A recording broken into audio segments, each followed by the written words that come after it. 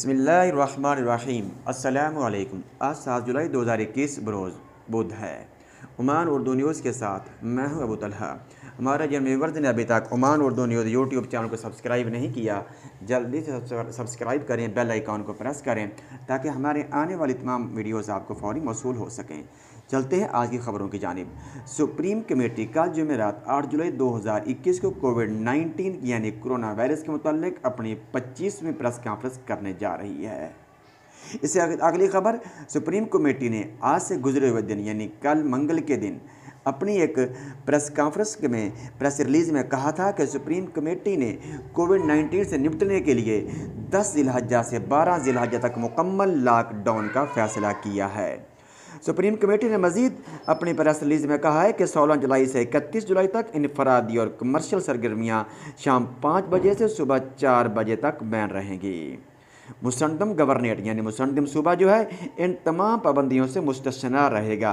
यानी मुसन्नदम गवर्नेट में सूबे में शाम 5 बजे से सुबह 4 बजे तक किसी किस्म की पाबंदी नहीं होगी। वहाँ पर काम मामूल के मुताबिक होते रहेंगे जैसे कि इस वक्त हो रहे हैं।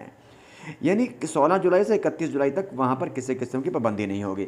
हाँ, वहाँ पर सिर्फ वो लोग जा सकेंगे जिनके पास वैक्सीनेशन मुकम्मल करवाने की उनके पास सनद होगी, यानी सर्टिफिकेट होगा, कोई पेपर वगैरह होगा, तभी वो मुसन्नदम में दाखिल हो सकेंगे।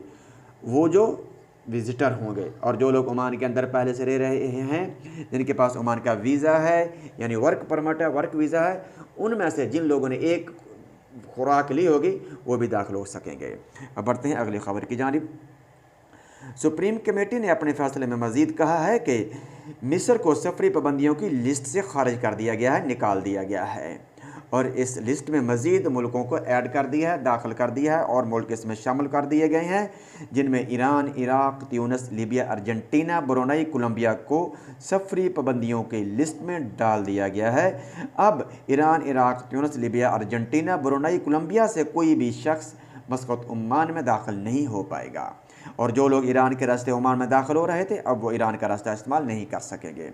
वजारत सेहत की तरफ से जारी किए गए एक बयान में कहा गया है कि पिछले 24 घंटों में 1675 नए केसेस रजिस्टर्ड हुए हैं और 17 अमवात हुई हैं। अल्हम्दुलिल्लाह केसेस के अंदर और अमवात के अंदर काफ़ी बेहतरी आई है, काफ़ी केसेस कम हुए हैं अल्हम्दुलिल्लाह। जैसा कि पहले 4-4 हज़ार हो रहे थे, अब इनमें काफ़ी कमी देखने में नज़र आ रही है।